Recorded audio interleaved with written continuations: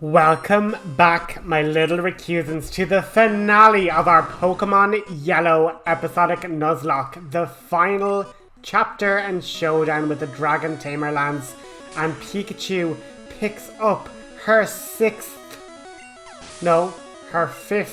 KO in the Elite Four, taking down Gyarados in one hit.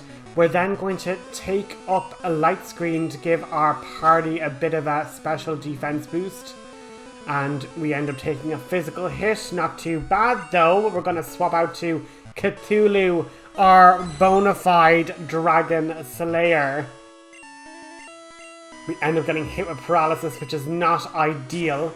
This means we end up taking more Thunderbolts than we would like. I go to see if I can set up withdrawals. And then I'm like, no, not the vibe. Let's just hit with Ice Beams. Light Screen should be good. Pikachu getting another level up for her contribution there. And I guess it's just hope that they don't all have Thunderbolt. Bubble Beam, again, neutral damage there. Not super effective, but neutral. So getting that Ice Beam earlier, it would have really just been a bit more helpful. Aerodactyl then, I was like, Ice Beam will work. He uses a Swift, which again is resisted. Again, thinking about it, if I had have put Ice Beam on Gyarados, that Thunderbolt would have been 4 times super effective. So with 69 HP, nice. We end up just getting hit by a Thunder. I'm like, I can't swap anything else in to a Dragonite at full HP. Can't risk it. So down went Amistar, our revived situation, you know, and he lived and died to help save the party. Hypnosis thankfully hits. It wakes up. Hypnosis hits a second time. I'm really rolling a gamble here, guys, with this. But hoping to get some Dream Eater recovery situation. Dragonites have decent enough HP. As long as it stays asleep and I can outspeed, I should be able to heal back up to full. Or at least enough that I can survive another Thunder. But on and on we keep dreaming. Dream eating as Dragonite dreams. Critical hit was really clutch. I go for a Psychic to see how much different does that do, just to save Dream Eater power points, and then I Dream Eater again. Critical hit, completely needless.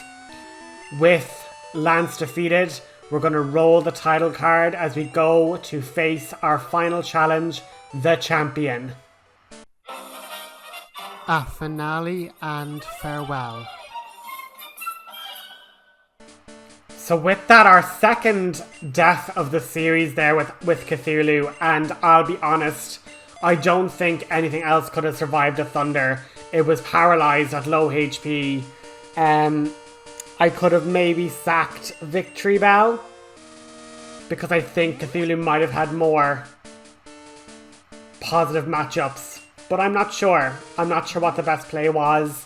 If people want to react to this, and they can give me advice on what I should have done, be my guest. As I say, I wasn't using items in battle. It's not like I could just use a full restore, you know, fully heal from paralysis and fully heal as well.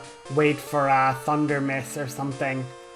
You know, it's hard to know unless I swapped back to Pikachu. Now, this is hilarious because I was like, I know for a fact we're going to end up having to square off against Jolteon, and I'm fully convinced Flare is going to be the one to take him out, just with a powerful flamethrower attack. So I pump her full of the rare candies there, being like, this will be instrumental. This will be so important. Amistar was a tragic death, I think a necessary one, just with the state of play, and I was very lucky with the hypnosis there. But are there going to be any more casualties? As Roxas enters in, Sora is bragging about becoming the champion and being able to offer himself as a vessel. And Roxas isn't going to stand in his way of his destiny. Roxas is completely confused. What are you talking about? Sending out Sunny against Sandslash and with a critical hit, proving that Sunny can take the place of at least substituting the water damage from Amistar. Now against an Alakazam, I'm not too sure how that's going to go. We're hit with Kinesis. We're lowering our accuracy. Not great. Sleep Powder misses again. Hit with Kinesis again. This is all very confusing because let's not forget this is a Psychic Pokemon, Alakazam. Very high special. Could literally just decide to Psychic. And then I'm like, okay, I've put it to sleep, but I've wasted too much time. We're gonna now Light Screen. We're gonna Light Screen Pikachu. And for whatever reason, this is when Alakazam decides to attack. And so I then decide, right, listen, I'm gonna put up Light Screen for the party. If Pikachu dies, she dies. It is her valiant attempt. It recovers for no reason. And then I think, well, if you can do Kinesis, I can do Flash. Flash doesn't happen. Recover fails. Flash doesn't happen. I'm like, why is Flash constantly failing? This is ridiculous. 3 in a row. And then I saw the Psychic and I'm like, I played too close. I played with fire. And Pikachu's going to pay the price, except he isn't. Pikachu survives. The Light Screen protects. It is like the will of the Emperor. That screen of protection was all we needed. And then I think, okay, hard-hitting Huntress time. And also, could Huntress have done with a really powerful move like Takedown? Maybe. But I also have Fly, and there's no recoil with Fly. So we're after accepting the pain with Psychic, and with a critical hit, Huntress snipes the kill on Alakazam. We're not doing too bad. We have the next Psychic type, the Alakazam Light, the Diet Alakazam, the I can't believe it's not Alakazam, Executor. And with that, we're like, listen, I could have swapped in Flare. I'd given her loads of, rare candies. Get her in place for the fight. Did I think that far ahead? No. I was like, listen, Pidgeot can do her thing. Huntress can hunt for some delicious coconuts, you know? And we're after hitting with Fly. We're after getting rid of all of that. But I'm in a bit of a tricky situation now, because Cloyster's here, and normally Pikachu is my go-to to like deal with Cloyster. So then I'm like, Sand Attack worked against that awful Blastoise, and then I nearly die. Huntress nearly goes down for just being a very silly Billy. Peekaboo can't come in. She is too weak. Do I go for Chrysalis, try and put it to sleep? But the Sand Attack comes through, ladies and gentlemen.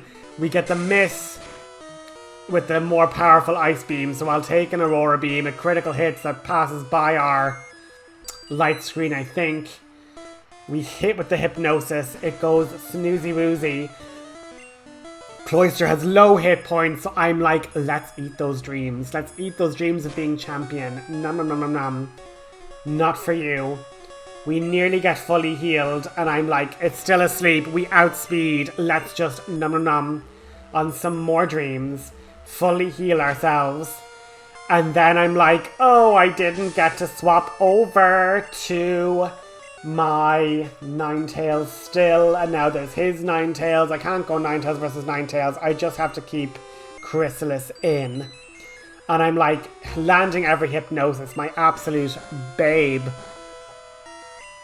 And I guess, yeah, while we have Dream Eaters and they're asleep, we might as well conserve Psychic, because Dream Eater is useless while they're awake. And then once again, we have that really fun thing of Gen 1 where you're like, oh, the health bar turned orange, therefore it's 50% empty. No, that's actually not how percentages work in Gen 1. So, unless there's a thing called damage ranges, which I don't think they implemented then, that's a big middle finger to like, you thought you had a KO. No, you didn't. Granted, it was asleep, it wasn't that big of a deal. But we have a level up.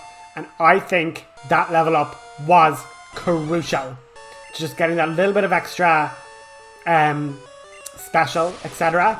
I was like, will I Hypnosis? Probably not. I get outsped. Disaster.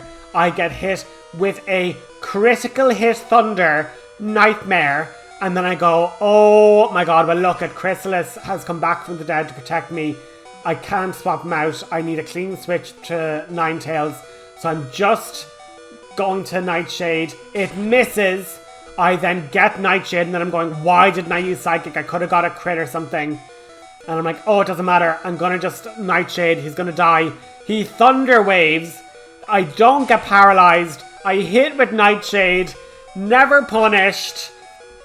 Get through the entire champion fight with no deaths. The only death was the unfortunate death of Amistar.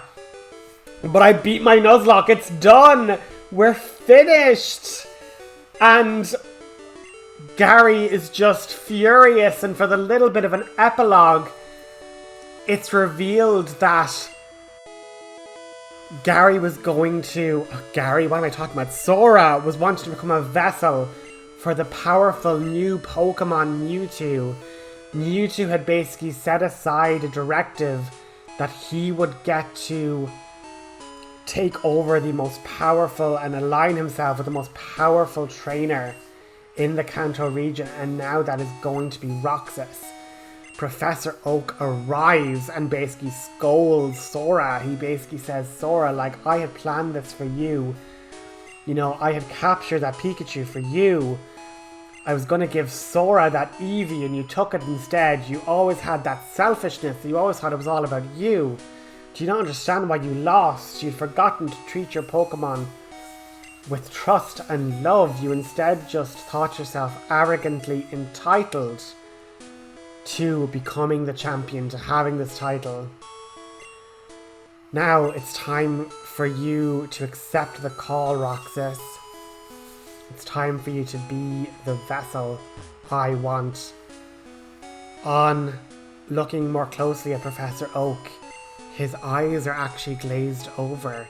He's in a kind of possessed psychic trance, except not from the ghost Pokemon of Lavender, but in fact Mewtwo himself. Mewtwo turns around and says, I needed someone that was young, someone that would have public renown. I thought that this Sora character would be the hero of my story, but look at all that you've done. Taking down Team Rocket, a Pokemon prodigy, now champion of the Kanto region. You're going to be my new vessel. You and your Pokemon loyal to you. You've defeated all of the strongest trainers in the land. So, with that, I am going to claim you as my own, take this power, and rule the Kanto region. With that, Roxas feels a psychic pull, pulling him to the waters of Cerulean City.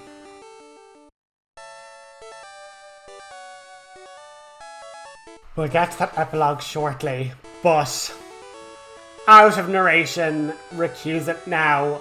We've done it. We've finished our Nuzlocke challenge, and the fact that it's an episodic Nuzlocke, I was trying to tell this unique story throughout the series.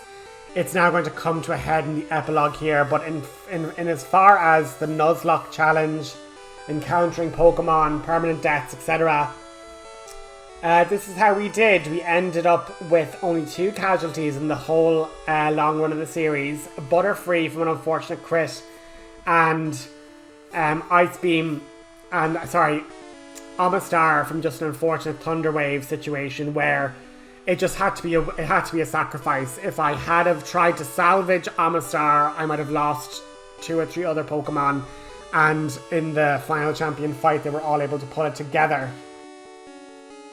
First ever Nuzlocke completed.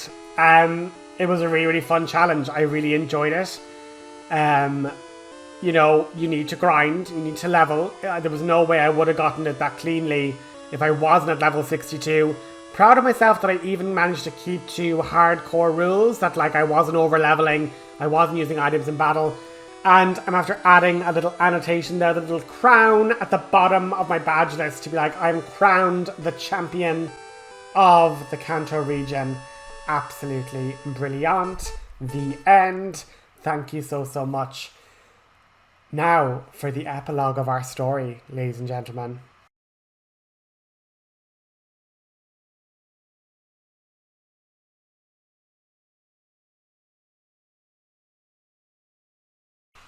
Let's go.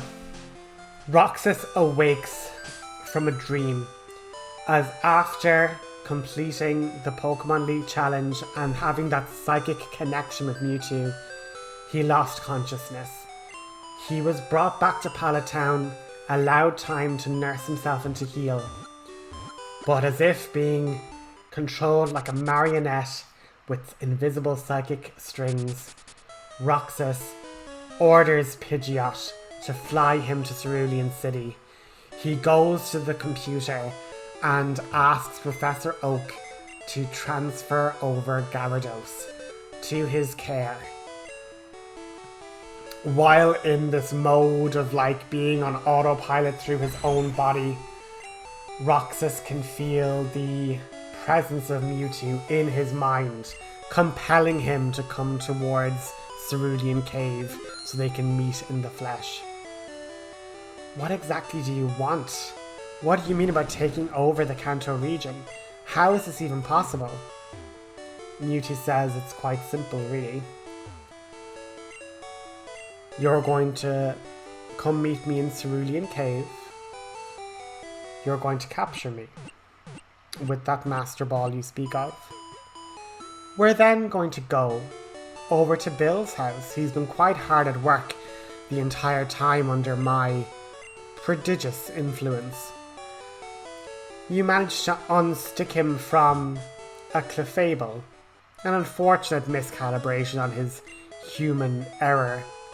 But quite simply, instead of putting his consciousness into a Pokemon, we're going to put my consciousness into your body.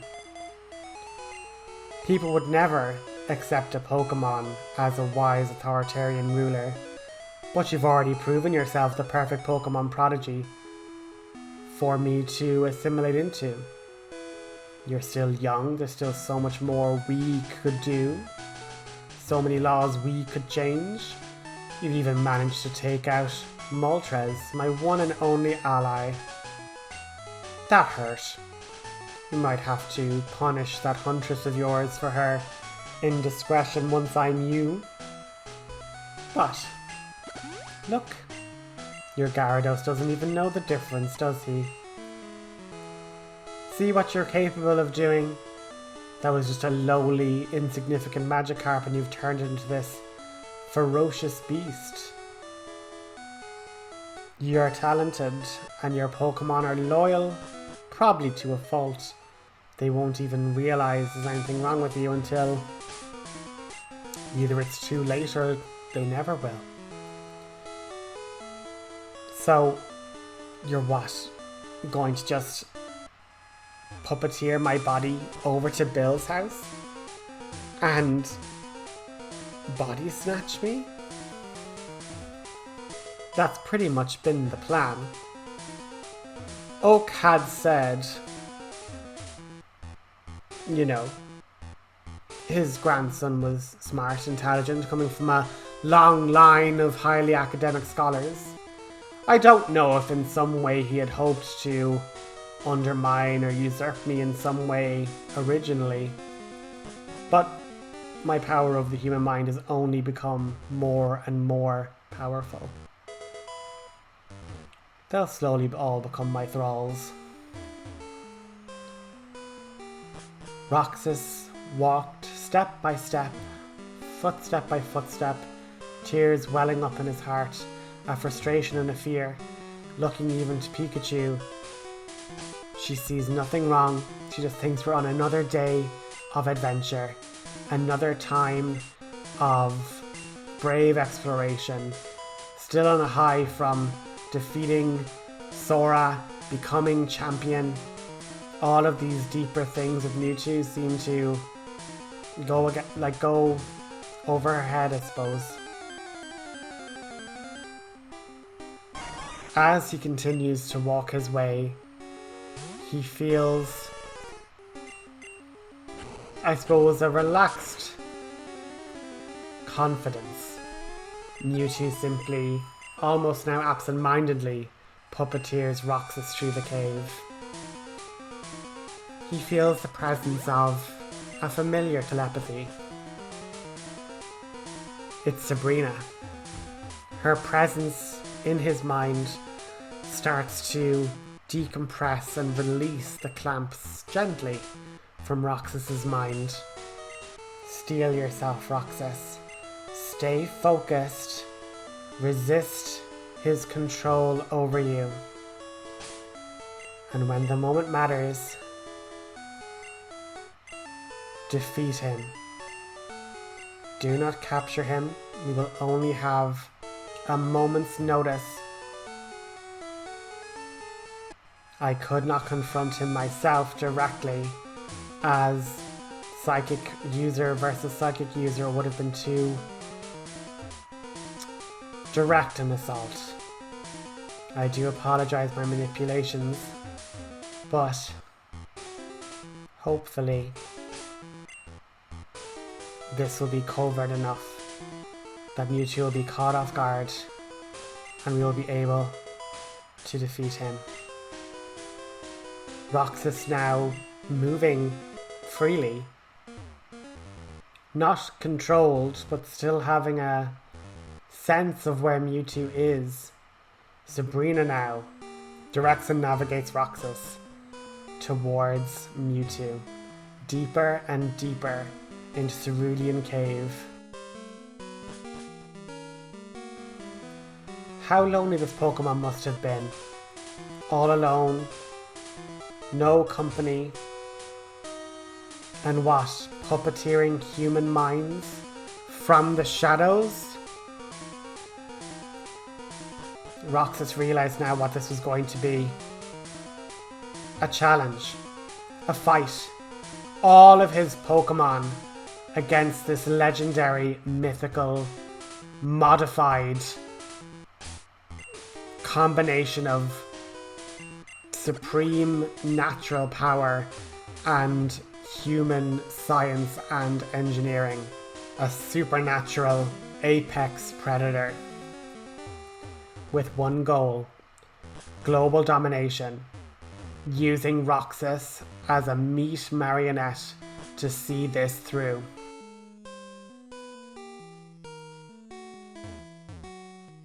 Roxas remembers the fight Huntress had with Moltres. 1v1. Huntress managed to defeat it, but only just. Roxas wondered, 6-on-1 should be fairly easy.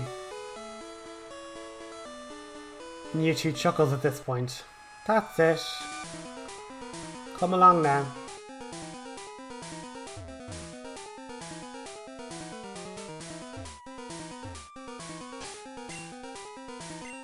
Getting on Splishy one last time, he navigates across the waters to see Mewtwo there, imposing and just looking Roxas up and down. You remind me of him, you know. You can see the familial resemblance. Not that you would know that from looking at me and my predecessor Mew.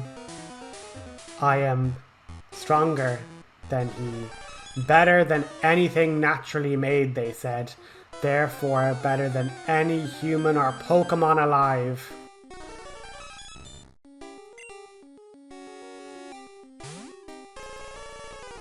Flare leaps forward.